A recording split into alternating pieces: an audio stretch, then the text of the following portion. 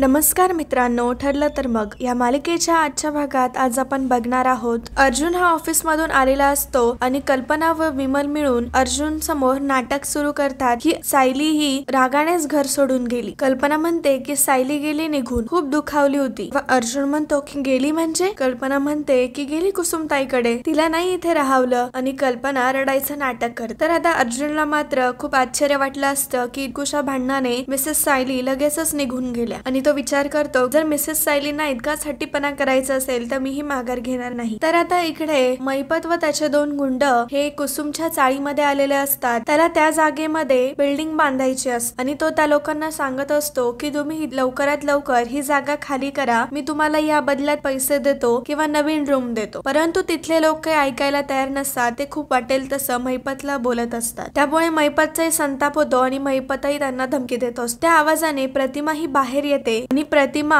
पाठमोरी महिपतला बघते आणि महिपतच्या आवाजाने आणि महिपतला बघितल्यामुळे तिच्या डोक्याला त्रास होत असतो. तिला भूतकाळ हा आठवत असतो. ज्या प्रकारे महिपतने तिला मारलेलं असतं ते सगळं आता प्रतिमाला आठवायला लागतं आणि ती खूप बेचैन झालेली असते आणि ती खूप घाबरते. आणि मग तशीच ती तिचं सामान भरते आणि तिथून निघते. ते लोक म्हणत असतात महिपतला की आम्ही जर ही जागा तुम्हाला दिली तर आम्ही कुठे जायचं? तेव्हा महिपत म्हणतो की मी नवीन जागा देईल ना तुम्हाला. परंतु ते लोकही काही ऐकत नसतात. महिपत त्यांना खूप बोलत असतो आणि मग महिपतही तिथून निघून जातो. तर महिपतही त्या लोकांना धमकी देऊनच तिथून निघतो. तर प्रतिमा ही बाहेर निघत असते. ती घाबरल्याच बाहेर निघत असते आणि तिथं त्यात सायलीही रिक्षातून उतरते आणि त्या दोघींची एकाच वेळेला धडक होते. परंतु प्रतिमाच्या चेहऱ्याला ओढणी असल्यामुळे प्रतिमाचा चेहरा काही सायलीला दिसलेला नसतो आणि प्रतिमा तशीच पुढे निघून जाते. सायली आता कुसुमच्या घराकडे निघत असते आणि त्यातच मागून कुसुम येते. कुसुम सायलीला आवाज देते. तेव्हा सायली म्हणते, कुसुम ताई फार लागलंय का ग तुला? आणि सायली खूप बोलत असते की कुसुम ताई तुला जपून करता येत नाही का ग? तेव्हा कुसुम म्हणते की अगं सायली, आता या मोडक्या हाताने तुझ्या समोर उठाबशा काढू का? आणि मग सायली ही हसते आणि दोघीही घरामध्ये जातात. तर तो पसारा बघून दोघींच्याही लक्षात येत नसतं नक्की झालं तरी काय. तर कुसुम लगेचच म्हणते की अगं कविता ताई इथेच होत्या. आणि मग आता त्या अचानक कुठे गेल्या? कविताच्या बॅगा बघते तर त्या बॅगाही नसतात तिथे. आणि मग कुसुमला समजलेलं असतं की कविता ताई नक्कीच कुठेतरी गेली. म्हणते की अगं अशा न विचारता न सांगता कुठे गेल्या त्या? तेव्हा कुसुमही म्हणते की अगं धड त्यांना बोलताही येत नाही ग, कुठे गेल्या असतील तरी ह्या. तर आता इकडे ऑफिस मध्ये कामाबद्दल बोलत असतात. त्याच चैतन्य फोनवरती बोलत असतो आणि त्यांची मीटिंग कॅन्सल झालेली असते. मीटिंग कॅन्सल झालेली हे आता चैतन्य अर्जुनला सांगत असतो की आपली मीटिंग कॅन्सल झाली. अर्जुन मध्येच भडकतो आणि म्हणतो की काय मीटिंग कॅन्सल झाली? तो खूप चिडतो आणि म्हणतो की हे कसं काय यांच्या मनाने ठरवून घेतात. चैतन्य सांगतो की अरे त्यांनी आज मौन व्रत ठेवलेलं आहे त्यामुळे त्यांनी मीटिंग कॅन्सल केली. काय असतं हे मौन व्रत? तेव्हा चैतन्य म्हणतो की टोटल सायलेन्स. साळुंके स्वतःच्या आत्मशांतीसाठी हे व्रत करतायत वाटतं. ते एकही शब्द कोणाशी बोलणार नाहीयेत. आणि हे कारण ऐकून अर्जुन खूपच चिडतो. कारण सायली सोबत त्याचं भांडण झालेलं असतं आणि त्यांनीही असंच ठरवलेलं असतं की कोणीच कोणाशी बोलायचं नाही, टोटल सायलेन्स. या सगळ्यामुळे अर्जुनची फार चिडचिड होत असते आणि तो सायलीवरतीच येतो की सगळे मिळून आहे ना मला त्रास देण्याचाच विचार करतात, सगळे मला टॉर्चर करतात. तेव्हा अर्जुन म्हणतो की हो बरोबर ना, सायलीने साळुंखेंना सांगितलं असेल की अर्जुन सरांशी बोलू नका, तुम्हीही मौन व्रत ठेवा. खरं तर अर्जुनच्या लक्षातच आलेलं नसतं की तो नक्की काय बोलतोय. तेव्हा चैतन्य त्याला म्हणतो की अरे अर्जुन, साळुंखे आणि सायलीचा काय संबंध? तेव्हा अर्जुनला क्लिक होतं की तो नक्की काय बोलून गेला आणि मग अर्जुन विषय सावरण्याचा प्रयत्न करत असतो. चैतन्य मुद्दामूनच अर्जुनला चेक करतो की ताप आलाय की काय आणि म्हणतो की अर्जुन तू ठीक आहेस ना, तुला काही होत नाहीये ना? आणि चैतन्य अर्जुनला म्हणतो की अर्जुन तू एक काम कर, तू ना मौन व्रत धारण कर म्हणजे तू शांत होशील. तेव्हा अर्जुन मौन व्रत ऐकून जोरात चैतन्यावरती धावतो आणि तो म्हणतो की तू मौन व्रत धारण कर, मला नको सांगूस. खरं तर अर्जुनची फार चिडचिड होत असते. तर आता संध्याकाळच्या वेळेत सायली ही कुसुमला गोळ्या देत असते. कुसुमला कविता ताईंची फार काळजी वाटत असते आणि ती म्हणते की अगं त्यांना धड बोलता येत नाही ग, कुठे गेल्या असतील, काय करत असतील त्या? सायली म्हणते की कुसुम ताई कमी दिवसात खूप आपुलकी वाटायला लागली ना ग त्यांची तुला? कुसुम म्हणते की हो ना ग, खूप साध्या आहेत ग कविता ताई, मला त्यांची फार काळजी वाटते. तेव्हा सायली म्हणते की कुसुम ताई काळजी करू नको, आपण करू काहीतरी. आणि सायली म्हणते की सर आज आपण पटकन काहीतरी बनवू आणि तू खाऊन घे. तेव्हा कुसुम म्हणते की नाही ग सायली, मला काही भूक नाहीये, तू एक काम कर ना, आपण पोलिसांमध्ये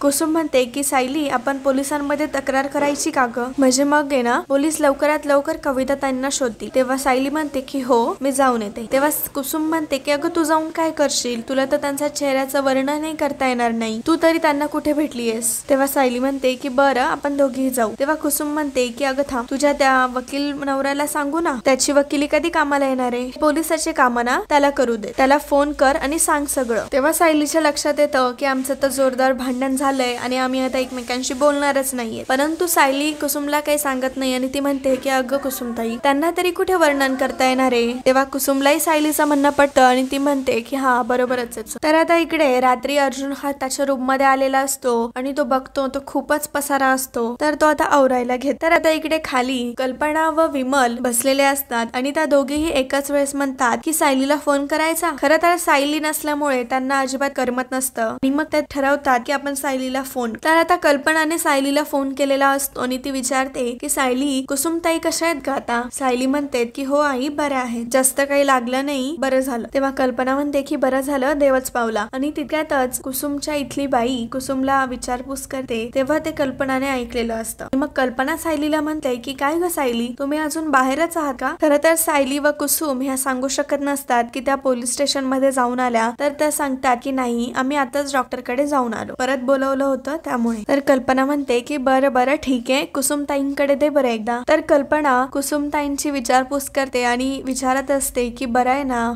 जास्त काही लागलं तर नाही ना, आणि आता काळजी घ्या. तेव्हा कुसुम म्हणते की तुमची सून इथे असताना मला काही करू देणार आहे का? तेव्हा कल्पना म्हणते की हो तेही बरोबरच आहे, आणि आता तुम्ही काळजी घ्या, ठेवू मी फोन? असं बोलून कल्पना फोन ठेवून देते. तर सायली विचारते की काय का कुसुमताई, ठेवला पण फोन? तेव्हा कुसुम म्हणते की अगं तिकडूनच ठेवला, तर मी काय करू? तेव्हा सायली म्हणते की अगं मला बोलायचं होतं. तेव्हा सायली ही म्हणत असते की अगं मला त्यांना सांगायचं होतं की बाबा आल्यावर तुम्ही लगेच जेवायला बसून घ्या. मी बाबांसाठी ताक बाजूला करून ठेवलं होतं आणि अश्विन भाऊजींना ते गुळाचे लाडू आवडतात ना, ते सुद्धा करून ठेवले होते, आणि अस्मिता त्यांना चेहऱ्याला लावायचा फेस पॅक पण फ्रीज मध्ये ठेवलाय, हेही मला त्यांना सांगायचं होतं. सायलीला इथे घरातल्यांबद्दल काळजी असते, आपुलकी असते हे बघून कुसुम म्हणते की अगं सायली, किती काळजी करशील त्यांची? तू शरीराने फक्त माझ्यासोबत असली तरी मन अजून तुझं सुभेदारांच्याच घरात आहे, नको इतकी काळजी करू, इतके नको गुंतूस ग त्यांच्यात. तुला माहिती ना, तुला फक्त 4च महिने आता तिथे काढायचे आहेत. तेव्हा सायली म्हणते की नाही विसरले ग कुसुमताई. पण सायली मनामध्ये विचार करते की त्या घरातली माणसं मला इतके आपलेसे वाटतात ना, त्याचं मी काय करू? कोणालाही न दुखावता तिथून कशी निघणार आहे मी? तर इकडे रात्री अर्जुन हा रूम मध्ये बसलेला असतो आणि तो बुक वाचत असतो, परंतु त्याचं काही मनच लागत नाही. खरं तर त्याला सायलीची खूप आठवण येत असते. रूम मध्ये त्याला खूप सवय झालेली असते. तेव्हा तो विचार करतो की मला असं एकटं एकटं का वाटतंय, मला अशी चैन का पडत नाहीये, मिसेस सायली नाहीयेत म्हणून? आणि तो विचार करतो की नाही त्या नाहीये तर मला काही फरक नाही पडत, मला फक्त बोर होत. मग अर्जुन